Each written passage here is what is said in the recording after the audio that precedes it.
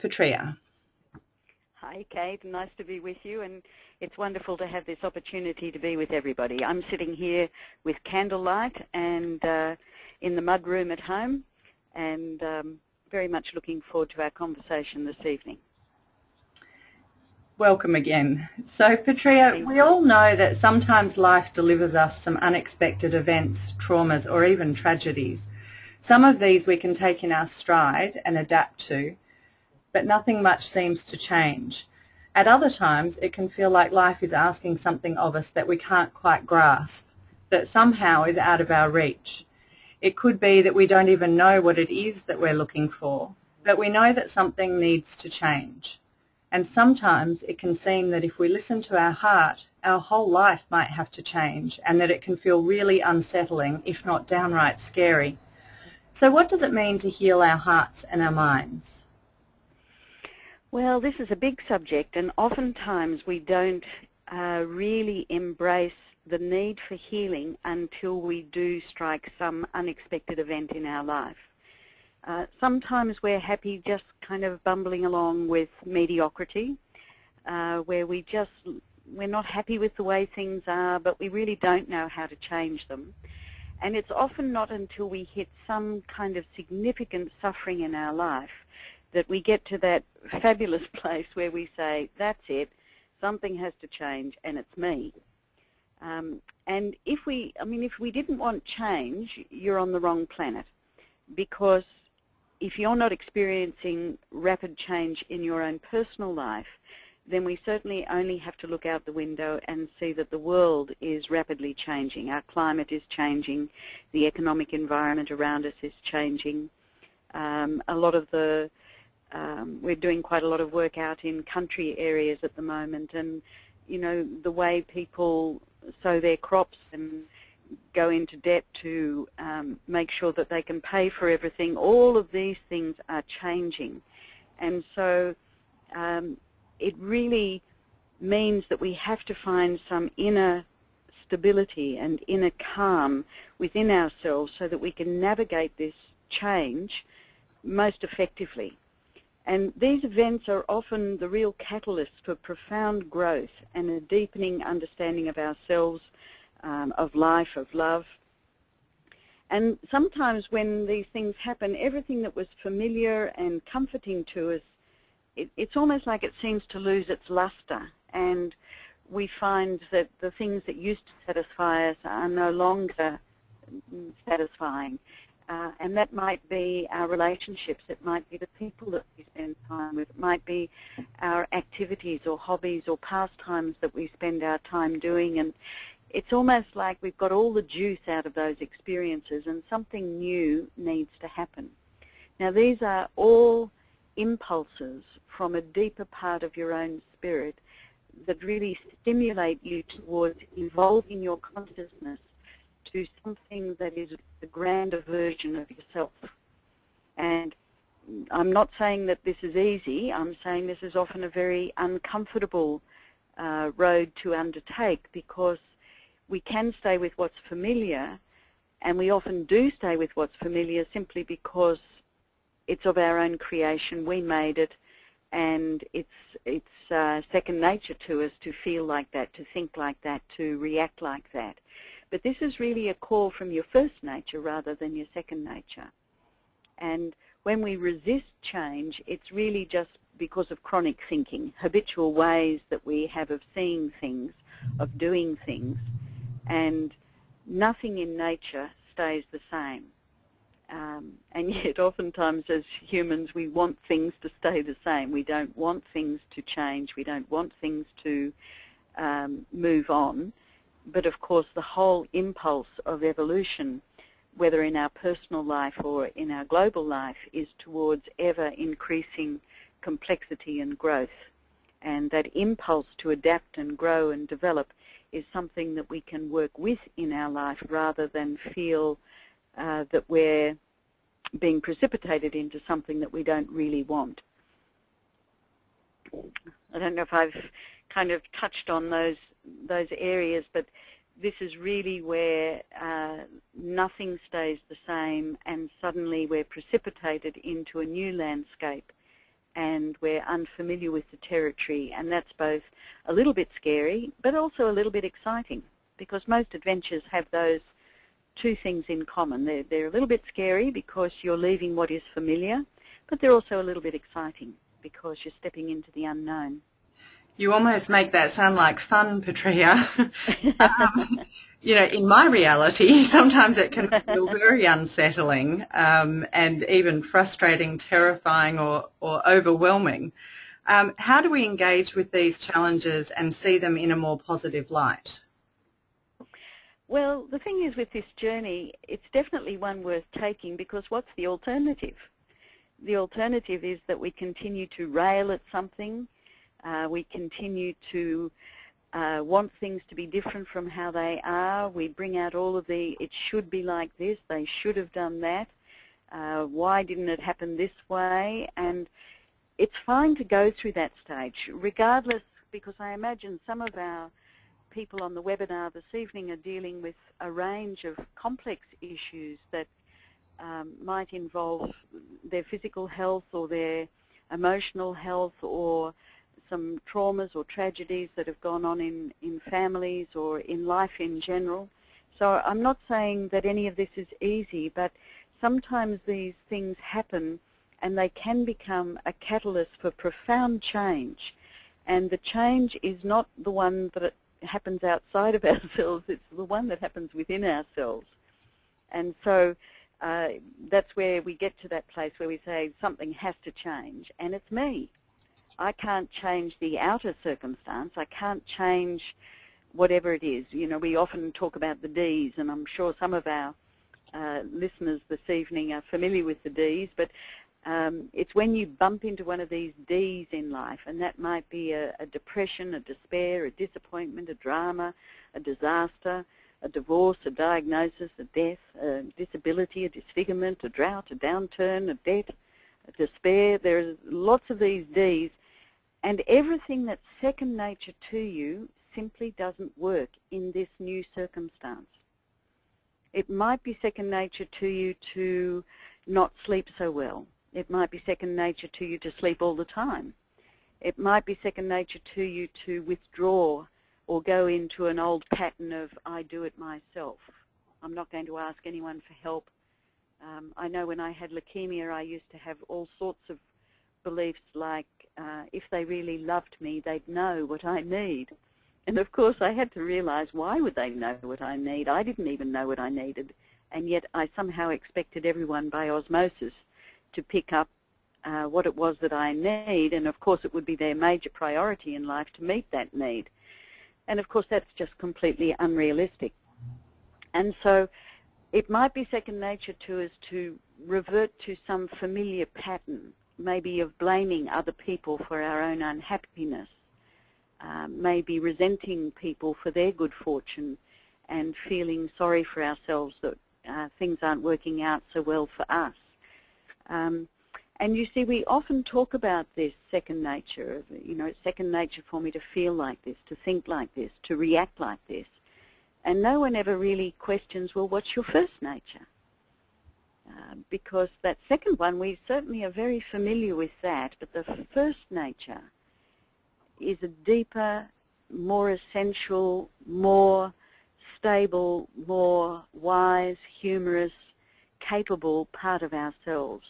And that resides within every one of us. And sometimes these events that happen in our life speak directly to our first nature, and then we need to start drawing on the depth of our own being in this new circumstance in which we find ourselves. So when we're in that state, as I said before, sometimes our relationships can suddenly seem completely unfulfilling, and it can feel overwhelming as we recognize that people that we thought would be in our life forever perhaps disappear. We can feel that we're living in the wrong town, we're in the wrong marriage, we're in the wrong career, the wrong group of friends. Indeed, that we're having the wrong life. So, you know, this is not a comfortable period to go through at all, but it is a call from your deeper aspect that it needs more from your life than you're presently having. And that now is the time to address these deeper issues because we all want to come fully alive so that we can participate in this grand journey and express our creativity in this grand journey of life. So these are all the things that tap on our hearts and let us know that change is around us, change is coming. In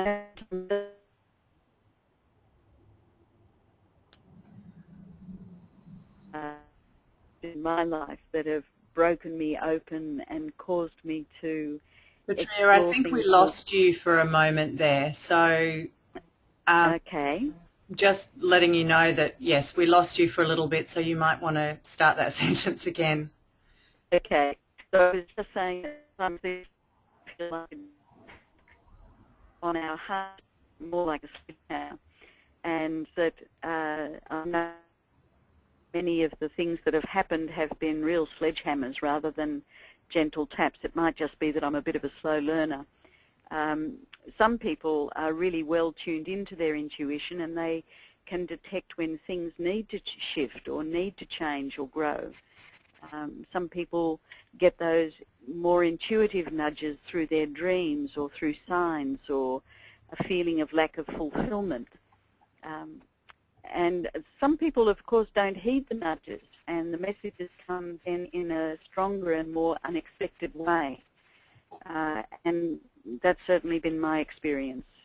It might be that I knew a relationship had finished, but I clung to it for all the wrong reasons until it became too painfully obvious that it was time to move on from that relationship.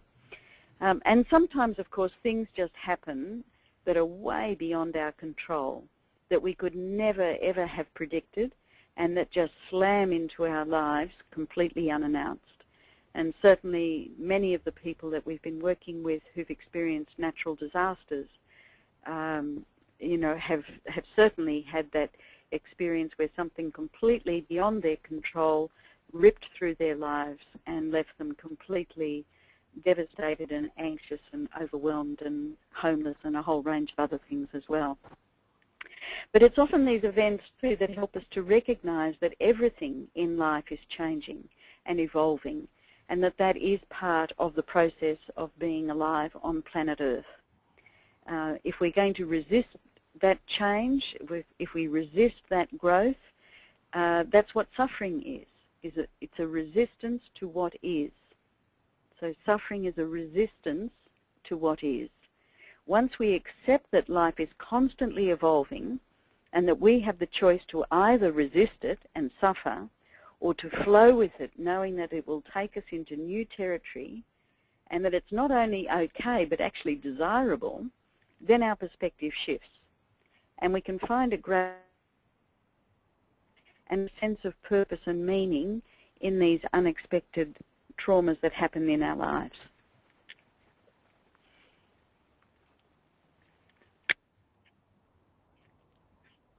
So, Petrea, then, is acceptance the first step? It is, but it's not always the easiest of the steps because, you know, first of all, we have to go through the process that leads us to that place of acceptance. So we may need to weep about what's happened to us or to rail at it or to talk about it or to write about it. We may need to pace. We may need to go for a very long walk. We may need to grapple with our feelings of resistance and the suffering that we feel until we can finally get to a place within ourselves where we can acknowledge that this event, this tragedy, this trauma, this relationship challenge, this act, this disaster, whatever it is, this happened and it happened to me.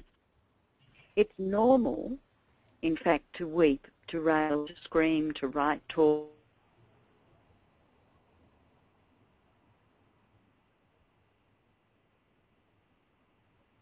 jump from the event to a place of acceptance. There's a journey in that, and that is the journey of witnessing and feeling and expressing all of the feelings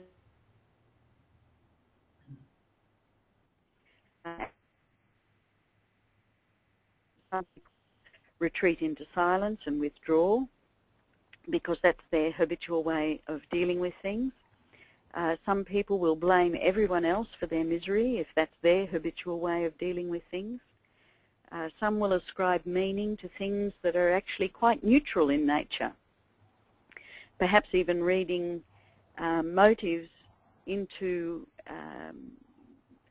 things that have happened in relationships that aren't even really there, or perhaps making assumptions about how we think another person thinks or feels, and we create that whole inner story in our head of what we think motivated the person who perhaps wounded us, what we think their motivations were, and yet all of that might be going on in our own consciousness and have nothing to do with the situation at all.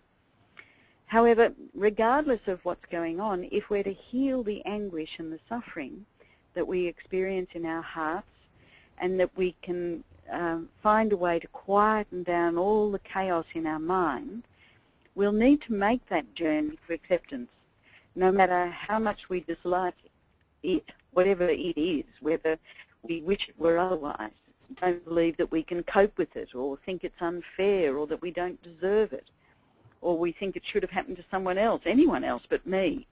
If we're ever to find peace and healing, we need to accept that this event, this tragedy, this disaster, this unexpected trauma, painful history, betrayal, whatever it is, it did happen, and it happened to me.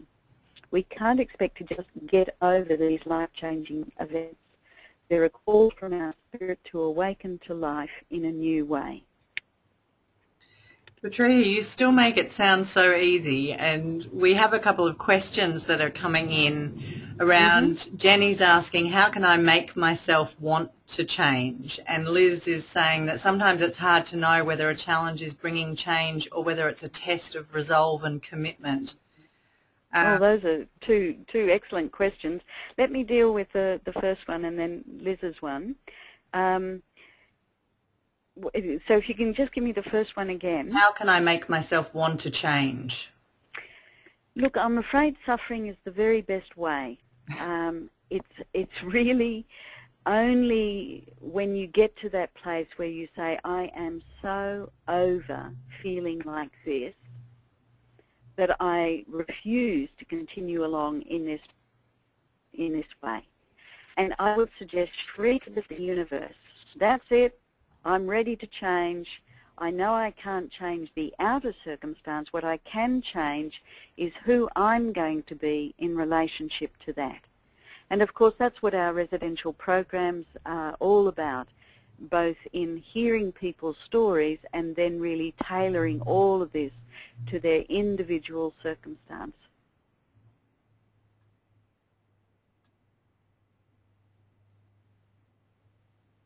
The opportunity of learning these skills and strategies in a very practical and tangible way that's really tailored to you as an individual. And of course, my book, Your Life Matters, goes into all of this in greater depth as well. But the greatest stimulus for change is always suffering, that we're simply over feeling the way that we are, and we're sufficiently over it that we're willing to do something about it. So, you know, there's no rush. You do have eternity to work on this, to figure this out. But once you realize that it's entirely up to you to change the way you experience what's happening around you and within you, once you get to that place, then the whole universe shifts and everything begins to fall into place. And so for me, I think suffering is without a doubt the greatest stimulus for motivation so that we put these things into practice. Other people are able just to divvy up their 168 hours a week to make sure that they put in place those things that they begin to recognize are beneficial for them. So you might think, okay, I'm going to meditate every day for half an hour. I'm going to practice mindfulness in more and more of the activities throughout the day. Maybe I'm going to increase my exercise or just eat some more healthy food, or whatever the changes are. that feel manageable for you, just begin to incorporate some of those things into your life. Rather than thinking, what do I have to leave out of my life? It's more about, what am I going to add into my life that's actually going to lead me in a healthier, more wholesome, more full of life direction. And the second question, Kate. Liz is saying that sometimes it's hard to know whether a challenge is bringing change or whether it's a test of resolve and commitment. Sometimes, because I've certainly experienced this with Quest over the years, because it's been a tremendous challenge at times to keep our retreat centre open.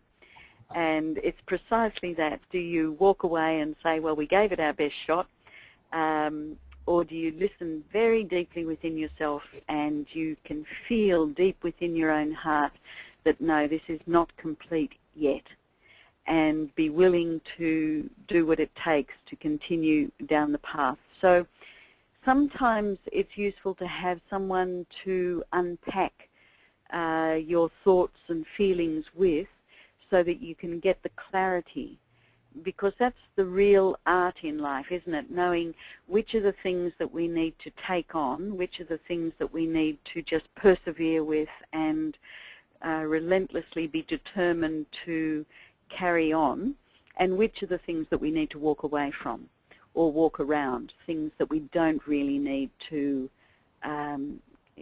keep on endeavouring to bring about change or whatever it might be. So I don't think there's a black and white answer for this one at all. What I would call on, though, always is my intuition, and call on whatever the sacred or the divine is for you, because none of us are ever alone. You know, we are deeply interconnected at that first nature level. We are one. We are all joined in our consciousness at that profound level. So you are never alone.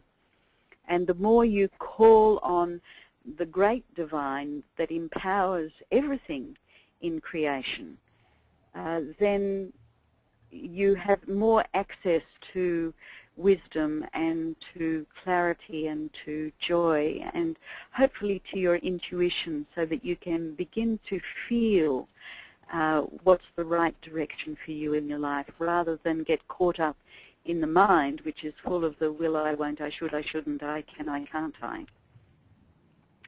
So I hope that's given a little bit of an indication. And of course, again, either through the book Your Life Matters or our programs, that's where we really help you isolate what are the things that replenish you, that fluff you up, that put you back together again. Because once you're attending to yourself physically, mentally, emotionally, and spiritually, then you'll find that the mind becomes quiet and you have access to your intuition.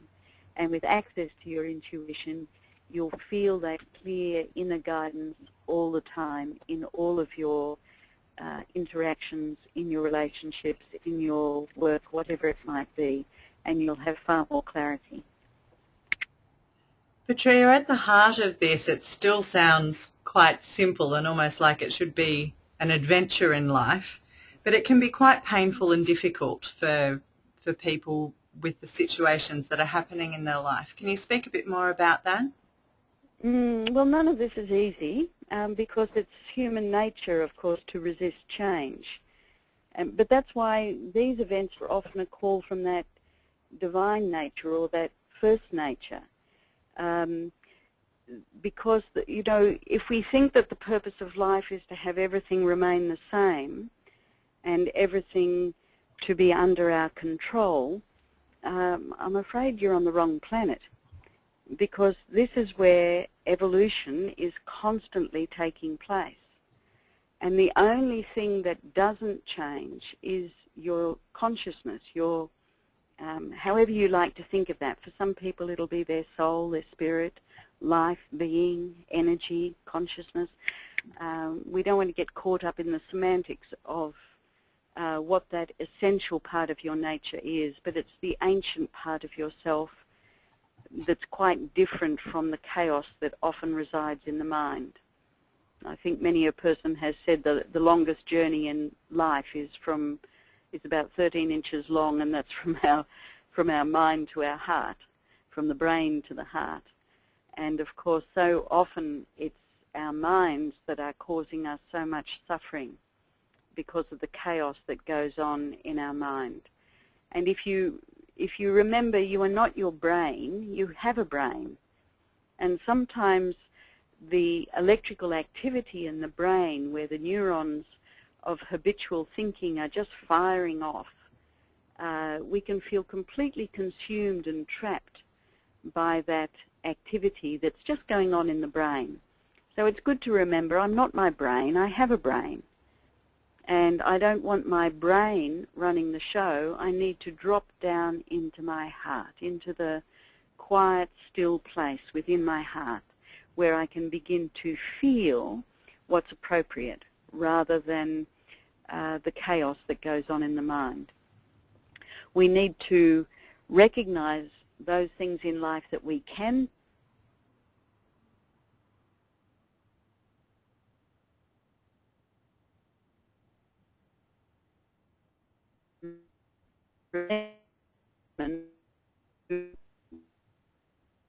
is the brick wall.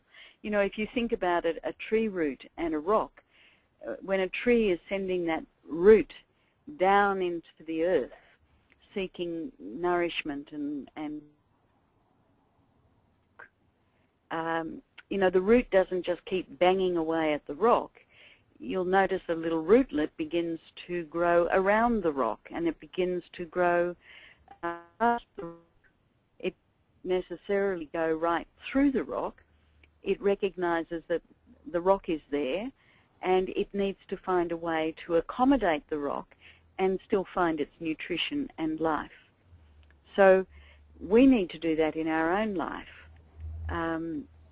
The tree root doesn't say, oh, well, that's it, I've hit a rock, I'll give up at this point, I won't bother going any further. Life always bothers. It's constantly evolving to meet the challenges that come its way.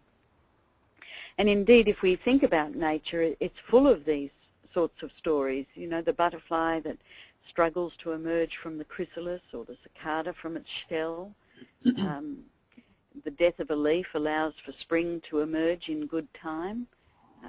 A tree falls over in the forest and others sprout, or it provides habitat for other creatures or compost for the soil.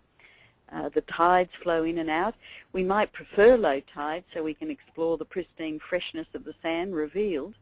But if we're only happy at low tide, then half the time we're going to be miserable, because rest assured the tide will turn. So once we recognize that all of life is evolving into a grander version of itself, then we can let go the struggle and work with what is, rather than hankering all the time for what was or what we think should have happened. We often talk about the shoulda, woulda, couldas. You know, they can drive you nuts of all the things that we should have done, could have done, would have done with hindsight. But of course, life doesn't work that way. And throughout history, even long before humans were here, life has been evolving on the planet in all of its diversity and complexity, its beauty, its intricacy, its majesty. Life is this amazing unfolding of ever more diversity, complexity, beauty, intricacy, and majesty. That's what life is, and it moves within us as well. And we're all part of that unfolding. Each and every one of us has an amazingly special place in that whole unfolding, and each one of us has a creative part to play in the unfolding and expression of life. So how life might show up for you will be very different, because that's the glory of such diversity in life, that we each have a part to play. And you don't want to cringe at what life brings you. We all want to blossom into a different version of ourselves that can flourish when the unexpected events happen in life. It's a bit like, you know, getting ready tonight for a webinar. and having everything all set up at the computer on my desk, and then all the power goes out. And it's like, oh, okay, so we adapt. And that's what life is all about, is not getting yourself in a tiz-was, not getting upset, not resisting it, just adapting to what is. And I'm not saying that this is always easy. There's a journey, as we've said, to acceptance. But life is there as a challenge to us to grow into the grandest version of ourselves, and that's what each one of us can consciously cooperate with, rather than resist what is happening, whatever that might be in our life. So, Petrea, there's a couple of other questions that are coming through, which I'm going to sort of summarise into one, because we've got a bit of a theme going on. So, Leanne has said, you know, if you take the step to change, how can you keep it ongoing? And it can be quite hard to keep on track. And Elizabeth's talking about what's the best way to stop drawing on our second nature in response to crisis so that we don't keep throwing tantrums. So it'd be great to get really practical here. You know, what does this mean when we're in the midst of events that we'd prefer not to have to deal with, or when things are falling apart, or we're at the end of our tether and fully committed? So what are some of the practical things that we can do to really minimise the pain of suffering and maximise the potential for growth and development? Well, just starting with, I think you said her name was Leanne, how do we stop falling into what is second nature to us? You know, being in good company is tremendously important. And sometimes when we hit these times in our life where suddenly our relationships feel stale, or our career, or our marriage, or we just feel like, no, something has to change at this point, and I'm not even sure what it is. Being in good company is tremendously important. Environment is tremendously important. And good company and environment is not just the people in your life. It's the books you read, it's the music you listen to, it's the television you watch, it's the movies you go to, it's the daily rituals that you might have.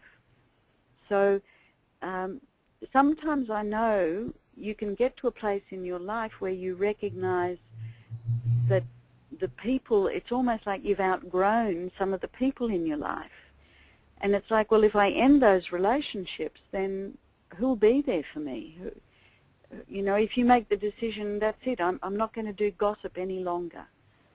I don't know if you've ever come away from a good gossip feeling uplifted and inspired, but usually you come away from a good gossip feeling it's got a kind of downward energy to it.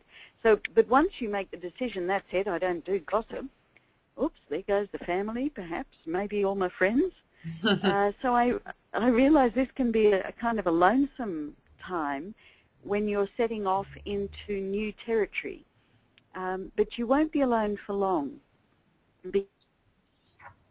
We have to be willing to let go of what is familiar before something new can emerge, can begin to happen in life. So I would really look to the company, the environment. I would certainly begin some rituals every day, some rituals of quiet time, rituals of reading some spiritually uplifting material that nourishes your heart or nourishes your spirit in some way. I tend to light candles every day, and certainly meditation and quiet time. Having solitude for me is tremendously important. You know, we have a little Buddha in our kitchen, which we often have photographs of family or clients or past participants, people that I know and love and keep in my heart and keep in my prayers and meditations. And every day I light a candle and put it at the feet of the Buddha there. And these are just little rituals of remembrance where you come back to remembering what's really important in your own life. And of course that little practice that we talk about all the time of coming to your senses, and indeed we might do that shortly together. We need to keep an eye on the time, but it would be nice just to do a short practice together. coming to my senses would be my most consistent spiritual practice, because it's good to remember that your body is always in the present moment. Your body is never in the future, and it's never in the past. It's always here now. And so even whilst we're together in the ether of this phone call, just be aware of the weight of your body. Just be aware of its posture. You don't need to change anything, but just simply be aware of the shape and the weight of your body sitting in the chair. Perhaps you can notice where the chair is actually supporting your body, or where the floor is supporting your feet. And feel the touch of your clothing against your skin, aware of its texture. And notice the temperature that your clothing helps create against your skin. Perhaps you can feel the movement of air against your cheeks, your hands, and maybe all of the sounds within the room that you're in or beyond the room, until you let your listening run right out until you hear the starlight. And aware of the breath. Just noticing that tickle sensation as the breath flows into your body, right at the tip of your nostrils, and the outward breath. Notice how the air has been warmed by your body.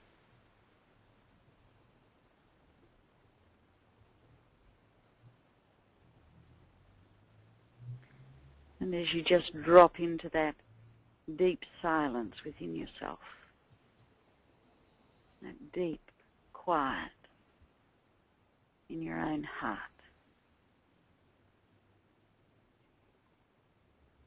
and in that quiet, knowing that with love all things are possible, and that that's who you are, and that in that quiet space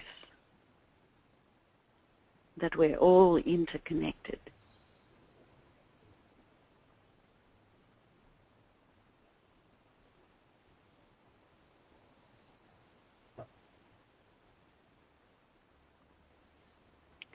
And just being aware then again of your body sitting in the chair.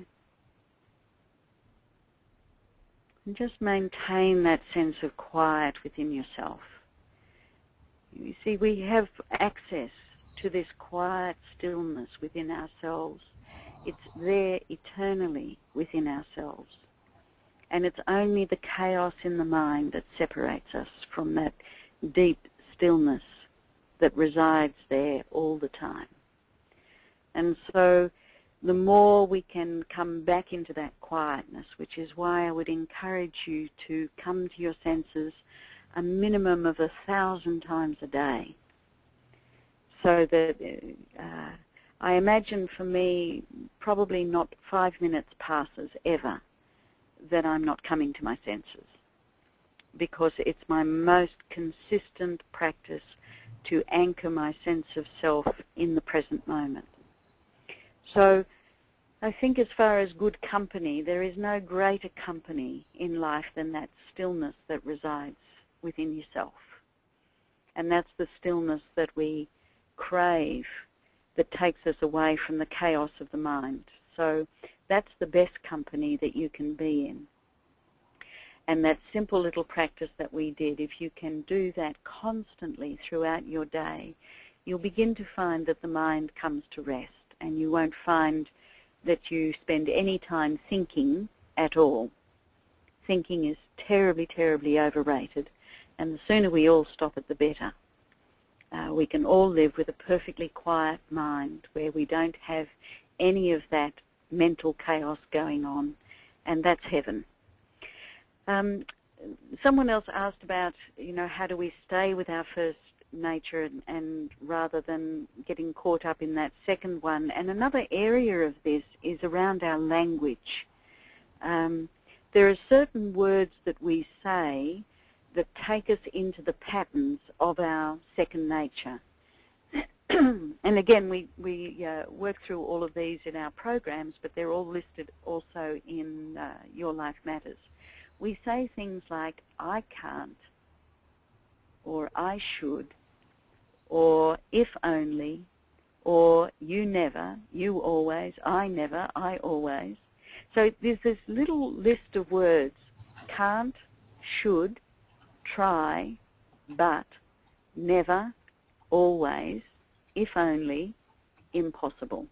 That little group of words, they're all perfectly lovely words, but they are the words that take us into the patterns that have become second nature to us.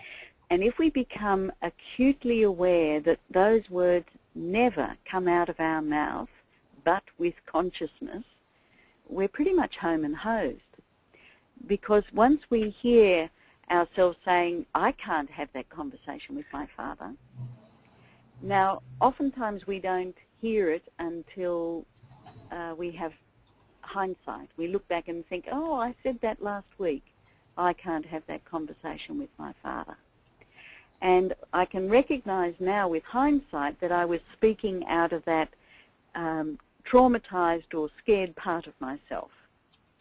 And instead of saying, I can't have that conversation with my father, I might want to change it to, I choose not to have that conversation with my father.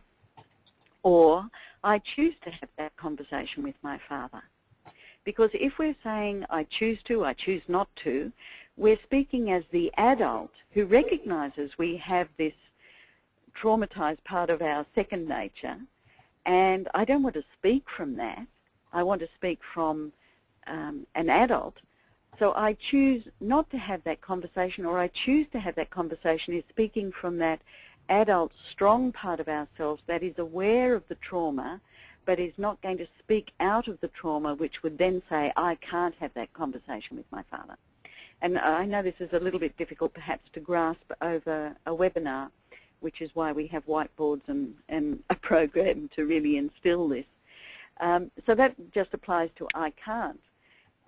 I should is often a memory of something in our childhood or the way our parents see things or the nuns see things. I should is when we're trying to live up to someone else's agenda rather than this is what feels right for me. So should is another one that we need to be aware of. Never and always is when we're saying you never listen to me or you always walk out of the room. We're not dealing with the present time situation. We've loaded a whole lot of other things into this present time situation, things that are unresolved from the past. So in our programs, in the books and so on, we go into understanding this a lot more deeply. But if you notice, in the next week, you'll hear someone say, I can't X, Y, Z, whatever it might be, and you'll think, oh, there it is. There's someone who's speaking out of that second nature part of themselves rather than being able to speak from that more aware aspect of ourselves. And likewise, within a week or two, maybe you'll hear it come out of your mouth. And then the day will come when you'll hear it halfway come out of your mouth, I can't have it, and you'll be able to catch it. And you'll say, I can't have, oh, I choose not to have that conversation. And you'll be able to change it in mid-sentence. And then the day will come where it will come into your mind, but it won't come out of your mouth because you'll have caught it already before it comes out of your mouth. And then the day comes where it won't even come into your mind even to say it. And when that happens, you know that you have released that neural pathway that you've been sliding down over and over and over and over again. You'll know that on that day it's evaporated out of your brain because you're no longer going down that pathway. And so this is a very practical way of liberating ourselves and evolving our own consciousness, working with that evolution process of our own consciousness so that we don't habitually just keep reacting because the reaction is simply a reactivation of what we've done before that we do again. and we don't want to continue reacting to events and people and circumstances in our life. We want to find our ability to respond to those things instead, not react. We don't say take reactability for your life, we say take responsibility, your ability to respond to the life that you're having with all of its colourful bits, all of its challenging, difficult, complex, all of those different aspects, not resisting that, but learning how to respond moment by moment, just as that little tree root learns to respond to the fact that there's a rock in its way and it's just going to grow around that rock so it still finds its nourishment and finds its way to grow and continue. So the first step in a lot of this is that acceptance, the acceptance of where we're at in our life. And that might be, this is how it feels to be me, feeling depressed, feeling lost, feeling confused, feeling abandoned, feeling alone, feeling rejected, whatever the feeling is. We may not be able to change what has precipitated us into that place, but when we accept this is where I'm at, then part of knowing ourselves is to recognize the particular patterns that we go into when we're feeling stressed and learning to work with those more creatively.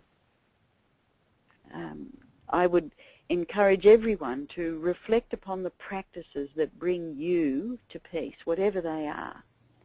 And whether that's the early morning cuppa in the sun on the veranda, the company of your pets perhaps, maybe being in the garden or soaking in a bath, or your daily meditation or prayer or rituals, perhaps talking with a friend or exercising, yoga, chanting, whatever it might be.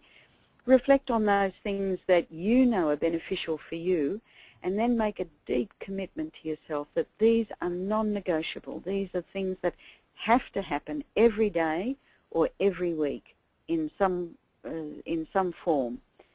And that way you fill up your own inner bucket, and then you only ever give from the overflow in your life. Whereas so often we're all running around giving out from a half-empty bucket, looking after everybody else's needs before we've even addressed our own. And so first you need to fluff yourself up, and then once you're well and truly fluffed up, then you can see how to give your time wholeheartedly, 100%, to whatever the activity is that falls to you to fulfill, whatever the creative way is that you have come to the planet to express. So we need to master the way we spend our time so that we're awake to every moment, to every nuance, to every feeling and thought. So to heal our hearts is really to embrace our feelings with compassion and not resist them, and to have some insight, some awareness about the feelings that we're having, and bring some gentleness to that process. To heal our minds is really to bring our thoughts under our observation, so that we're not just helplessly reacting to them as they pass through, but we're more able to witness what's going on moment by moment in our minds, in our bodies, in our feelings. Because to find the peace that passes all understanding is to live our lives with a quiet mind that has access to our intuition and an open heart that's free of all judgment. That's what real peace is all about. It's to have a quiet mind and an open heart that's free of all judgment, that sees everybody else as a reflection of yourself. And that's where we begin to really connect with the oneness that exists in all people. It's generally in life not the events that are causing our suffering, but the view that we're taking of those events. The events themselves are quite neutral. It's like you can wake up on a rainy morning and some people will think, that's it, I'm staying in bed for the day because it's a miserable day. And other people will wake up thinking, I can't wait to go for a walk. The rain just rains. How we feel about the rain, that's entirely up to us.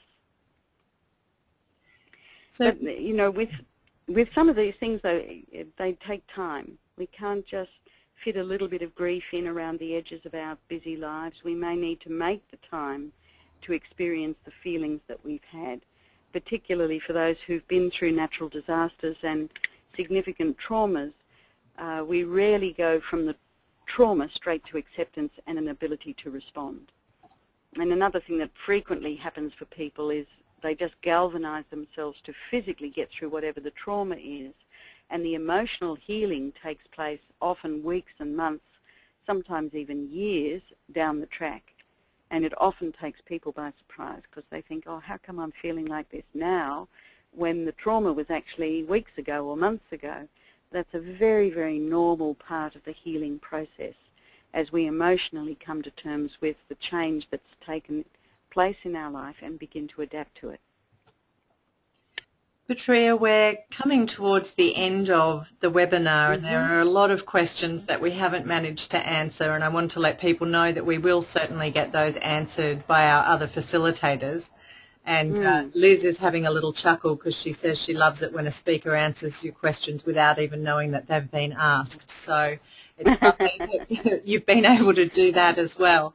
I'm just wondering, as we wrap up, maybe just a couple of things that people can take away with them to start right now. What are some of the really practical things that in the next couple of days people can get started on this journey? Well, I think it's useful maybe even to write these down, but these are very, very important points. You are never alone. Even if you wrote that on a piece of paper, and I am never alone, and you put it up all around your house, just to remind yourself that even though right now you might be seeing life really differently from other people in your life, perhaps, that there is a whole community of people who are in this process of change and evolution, and you are never, ever alone. Practice seeing the perfection in everything.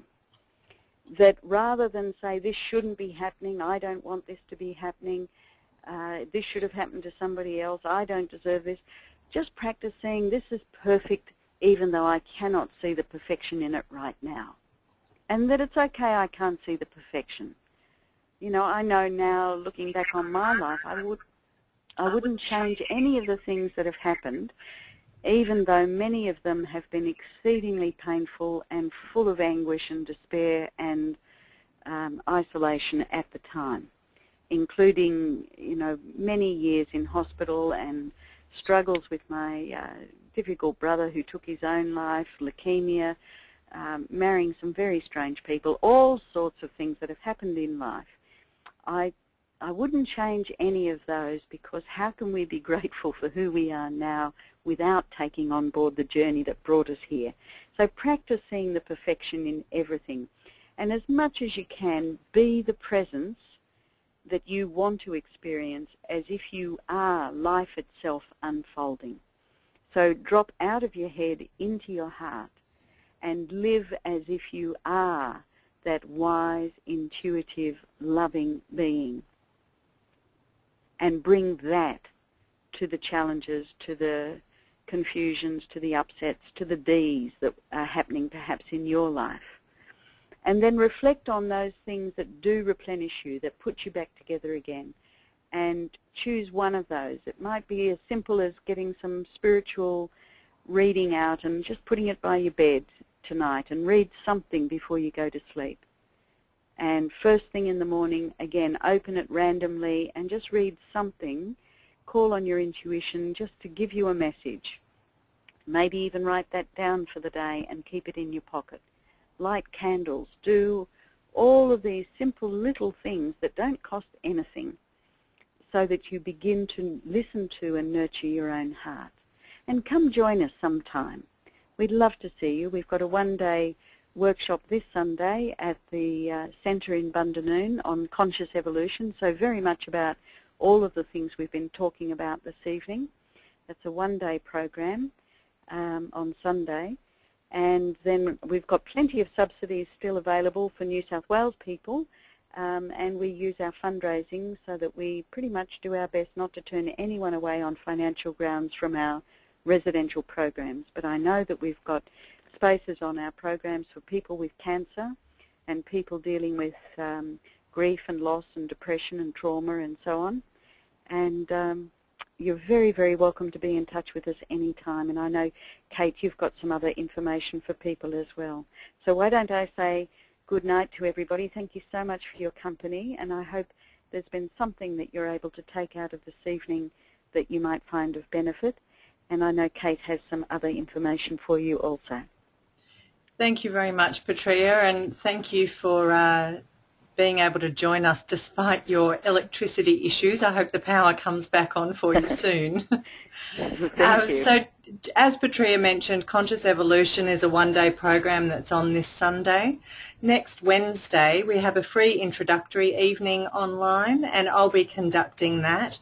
That's an opportunity for you to hear about the different programs and services that we run, to ask any questions that you might have about coming on a program. You'll get to see a whole lot of pictures of the centre and where it is that the programs are held, and that can just help answer some of those questions for you. So it's at the same time next Wednesday. We also have Meditate for Life, which is starting on the 28th of May, and that's an 8-week meditation program that's happening in Sydney. And the Compassionate Heart is another program that we're running in Sydney. So there are lots of ways that you can participate in programs with us if you're not able to come to the full residential. Although, as you can see this evening, there's so much in what Petrea talks about that having a week to unpack that is, or 5 days to unpack that, is a really valuable experience. So please go to our website to register for any of those programs. We've had quite a few people ask whether this evening's been recorded. Often the quality isn't fantastic, so we will definitely test whether the recording quality came out well enough for distribution, and if it does, then we'll certainly email you, and that will be available on the website so that you can listen to this again, as there was so much to digest in there. So thank you very much, everyone, for being with us this evening, and we look forward to our paths crossing with you soon. Good evening.